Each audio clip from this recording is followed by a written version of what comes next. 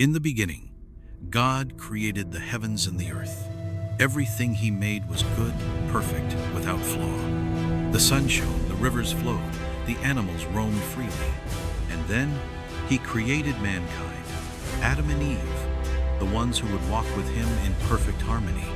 Imagine a world where there is no pain, no sorrow, no fear. That was Eden. But within this paradise there was one boundary, one simple command. Do not eat from the tree of the knowledge of good and evil. Everything else was theirs to enjoy. Every tree, every fruit, except for this one. And it wasn't because God wanted to withhold something from them. It was because love requires trust. And trust requires choice. Adam and Eve had everything. They lacked nothing. But then, a question was whispered into their hearts, planted by a voice that would forever change history. Did God really say? It's such a small question, isn't it? But doubt doesn't need to be loud. It only needs a crack to slip through. Eve looked at the tree. She saw that the fruit was pleasing to the eye and desirable for gaining wisdom. And in that moment, she made a decision. She reached out and took a bite. Then she handed it to Adam, and he ate. What changed? In that one act, innocence was lost. They realized they were naked, vulnerable in a way they had never known before. Shame crept in. And when they heard God's voice, they did what we often do when we fall short. They hid. But here's something I want us to think about. God came looking for them. He didn't abandon them. He called out, "Where are you?" Not because he didn't know, but because he wanted them to come to him, to confess, to return. How often do we do the same? When we mess up, we hide. Maybe not behind trees, but behind excuses, distractions, or even pride.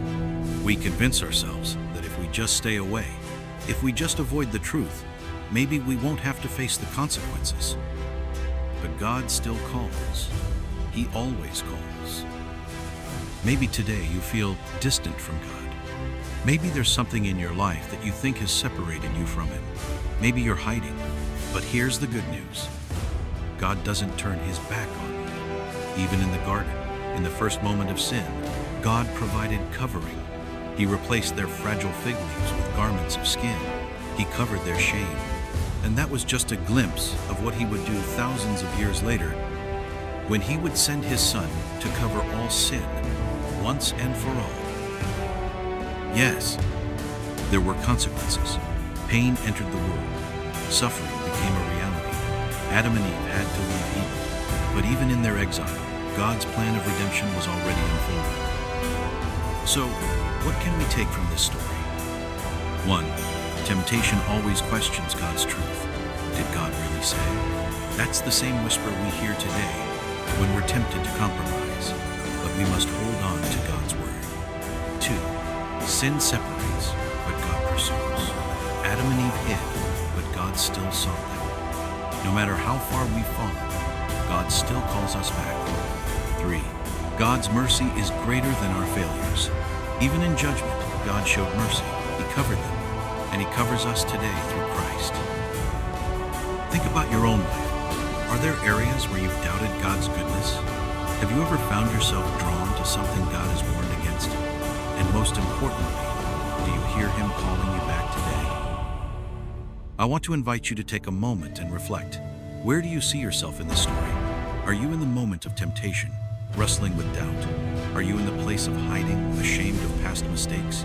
Or are you hearing God's voice, calling you back to Him? Wherever you are, know this. God is still seeking you. He is still covering you.